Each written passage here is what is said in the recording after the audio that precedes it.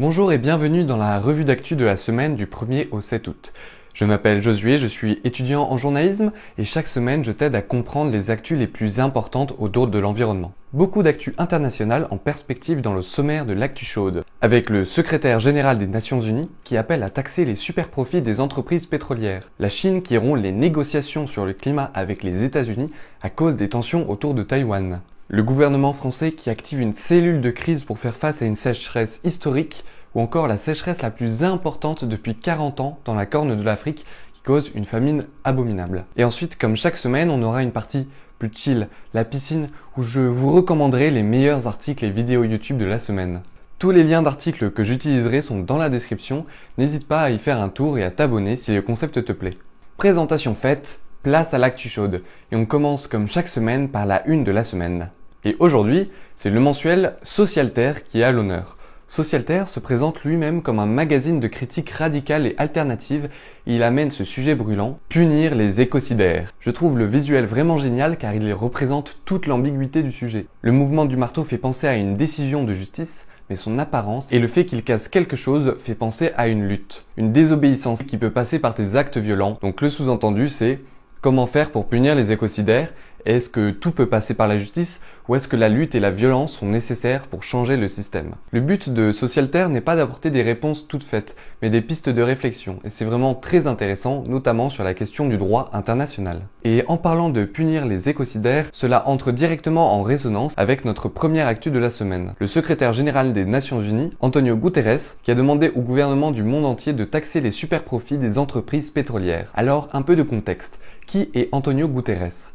C'est un ancien Premier ministre socialiste du Portugal qui est devenu en 2017 secrétaire général de l'Organisation des Nations Unies, c'est-à-dire l'ONU. C'est une fonction majoritairement représentative qui sert à promouvoir la médiation entre les pays membres. Et Antonio Guterres a depuis son investiture énormément poussé en faveur de la lutte contre le dérèglement climatique. Mais donc de quoi parle-t-il quand il demande au gouvernement de taxer les superprofits des entreprises pétrolières? Du fait de la guerre en Ukraine, le prix des énergies fossiles s'est envolé, ce qui a produit des chiffres d'affaires absolument déments pour les entreprises de ce secteur. Antonio Guterres a ainsi évoqué plus de 100 milliards de profits réalisés seulement au premier trimestre 2022 par les majors pétrolières, parmi lesquelles des entreprises comme Total Energy, Exxon, Shell ou encore Saudi Aramco. Ce qui amène à un paradoxe qui n'est pas nouveau, ce sont les entreprises qui contribuent le plus au dérèglement climatique qui sont récompensées par le système économique. Et la taxation de ces superprofits est un sujet qui fait polémique dans de nombreux pays. En France, le gouvernement a refusé de taxer les superprofits d'entreprises comme Total, qui ont pourtant énormément profité des désordres économiques dus à la pandémie et à la guerre en Ukraine, préférant demander à ces entreprises de faire un geste en faveur des consommateurs. Total a ainsi offert une ristourne de 20 centimes à la pompe en profitant au passage pour faire une grande campagne de communication. Mais pour Antonio Guterres, ces petits gestes ne suffisent pas. Il a ainsi déclaré « Cette cupidité ridicule punit les plus pauvres et plus vulnérables tout en détruisant notre seule maison commune, la planète. » Pour lui, les superprofits doivent être taxés pour aider les foyers fragilisés par les crises successives et subventionner la décarbonation des activités humaines. Nous verrons les résultats de cette déclaration, peut-être que certains gouvernements répondront à cette incitation. Et deuxième sujet d'actu chaud de cette semaine, la Chine qui rompt les négociations sur le climat avec les États-Unis sur fond de tensions autour de Taïwan. Alors pour que tout soit clair, petit résumé de la situation autour de Taïwan. Nancy Pelosi, la présidente de la Chambre des représentants américaine, a visité Taïwan cette semaine lors d'une tournée dans plusieurs États du Pacifique. Ce n'est pas la première fois qu'un représentant politique américain se rend dans cet État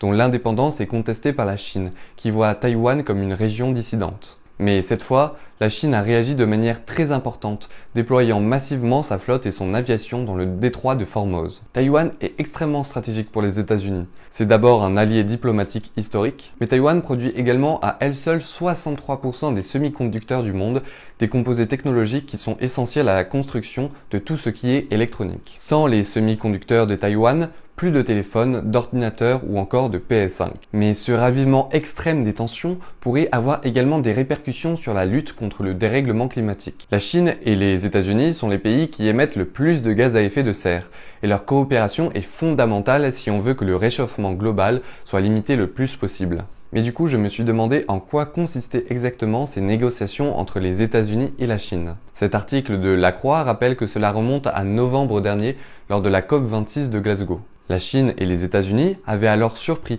en signant une déclaration commune pour prendre des mesures renforcées pour relever leurs ambitions climatiques au cours de la décennie 2020. Ce texte prévoyait d'accroître la coopération dans différents domaines, notamment la réduction des émissions de méthane, le développement des énergies renouvelables et l'électrification. Il faut l'avouer, c'était un texte assez flou, mais il avait une forte valeur symbolique et encourageait d'autres initiatives plus ambitieuses. Donc malheureusement, cette semaine marque une défaite dans la lutte contre le dérèglement climatique, mais qui sait, peut-être que la Chine reviendra à la table des négociations. Allez, retour maintenant en France pour la troisième actu chaude de la semaine. Un point sur la sécheresse historique qui se poursuit en France. La semaine dernière, nous étudions les causes de cette sécheresse. Cette semaine, étudions les conséquences matérielles et même politiques. Le gouvernement, qui était resté assez discret sur la question, a donné des signes d'action. La première ministre Elisabeth Borne a activé une cellule interministérielle d'urgence car une centaine de communes sont actuellement sans eau potable. Et une déclaration du préfet de Haute-Corse a beaucoup fait parler. Si nous continuons à ce rythme de consommation, compte tenu des évolutions météorologiques attendues, il n'y aura plus d'eau dans 25 jours. Christophe Béchu, fraîchement nommé ministre de la Transition écologique, a lui accepté un entretien dans La Provence, où il explique qu'il veut accélérer les transitions et a déclaré que l'adaptation, ce n'est pas une option, c'est de toute façon une obligation. Dans un entretien sur BFM, il a aussi expliqué qu'il va falloir s'habituer, compte tenu du réchauffement climatique, à des épisodes de ce type. Ce qui a ouvert le flanc à la critique, car les mesures envisagées sont extrêmement floues, car on ne sait pas ce qui se cache derrière le mot adaptation pour Christophe Béchu. Dans l'émission de 28 minutes sur Arte du mercredi 3 juillet, les membres présents pour un débat sur la sécheresse s'inquiètent même d'un risque de maladaptation au dérèglement climatique encouragé par ce nouveau ministre. Alors pourquoi cela ? Car le ministre propose parfois une fuite en avant, car les causes de la sécheresse, comme une agriculture intensive qui utilise disproportionnellement la ressource en eau, ne sont ainsi évoquées à aucun moment par Christophe Béchu et donc pas remises en question.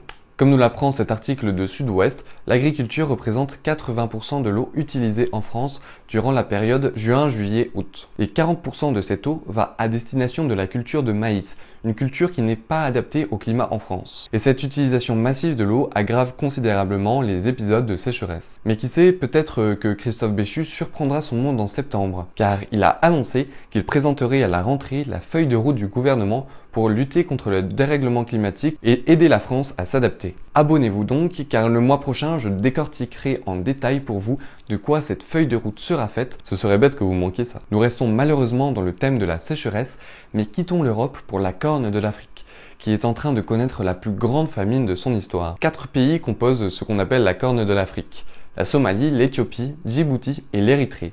Et 106 millions de personnes y vivent. J'ai choisi d'en parler cette semaine car Arte y a consacré un sujet et je trouve que c'est un thème qui permet de décentrer notre regard et voir que des sécheresses bien plus graves que celles que l'on est en train de vivre se passent dans d'autres continents. La Corne de l'Afrique vit actuellement sa plus importante sécheresse depuis 40 ans.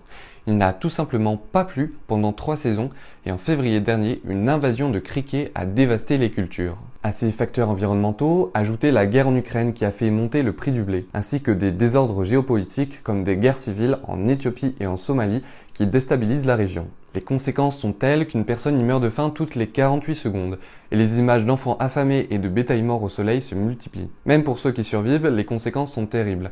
Les enfants affamés sont déscolarisés, sans espoir de futur, et les filles de 12 ans sont mariées. Un cas d'école où les conséquences d'un drame environnemental sont liées aux enjeux géopolitiques, donc n'hésitez pas à aller voir la vidéo d'Arte sur le sujet, elle est très parlante et elle dure moins d'1 quart d'heure. Voilà, une actu chaude très internationale cette semaine, et pas très joyeuse, j'en ai bien conscience. Mais ne quittez pas la vidéo, car dans la deuxième partie, la piscine, une partie où je recommande des articles et vidéos YouTube moins inscrits dans l'actu qui abordent des thématiques plus transversales mais tout aussi importantes, je vais essayer de vous montrer qu'il y a des initiatives intéressantes et que tout n'est pas tout noir. Et tous les liens de ces articles sont dans la description, donc n'hésitez pas à aller les lire. Et direction d'abord Libération, pour un article qui me tient à cœur. Il présente 4 médias indépendants autour de l'environnement en France et leur mode de fonctionnement. Avec d'abord le plus important en termes d'audience, Reporter, le média ressuscité par un ancien journaliste du Monde, Hervé Kempf. Ce média veut se faire la caisse de résonance des luttes sociales autour de l'écologie. Le deuxième, Vert, le média qui annonce la couleur,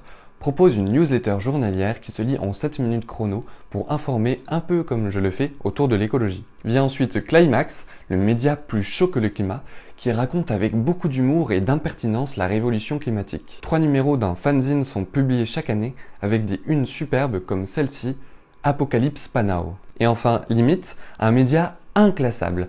D'inspiration chrétienne et décroissante, cette revue radicale refuse tout clivage gauche-droite, vraiment c'est un sacré phénomène. Libération, dans cet article, remarque comment l'aspect d'indépendance fait partie de l'outil marketing dans un pays où de plus en plus de personnes sont méfiantes vis-à-vis des médias. Et à cette liste, personnellement, j'aurais ajouté Bon Pote, qui publie un article écrit par Raphaël Seguin, chercheur en biodiversité marine à l'université de Montpellier. Un article assez long, ultra intéressant, qui détaille les problématiques autour de la disparition des coraux. Alors, quelle est la conclusion? Eh bien, si on maintient un réchauffement climatique en dessous de 2 degrés Celsius d'ici la fin du siècle, il y a encore de l'espoir. Si au contraire on dépasse les 2 degrés Celsius, presque la totalité des coraux disparaîtront. Allez le lire vraiment c'est très complet.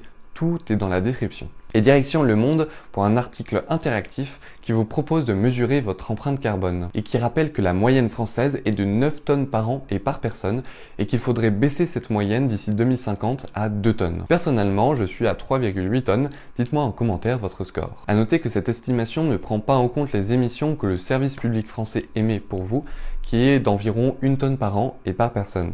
Et il faut noter aussi que cet article sort la même semaine qu'une vidéo du Monde qui s'interroge si vous pouvez sauver le climat par vos actions individuelles.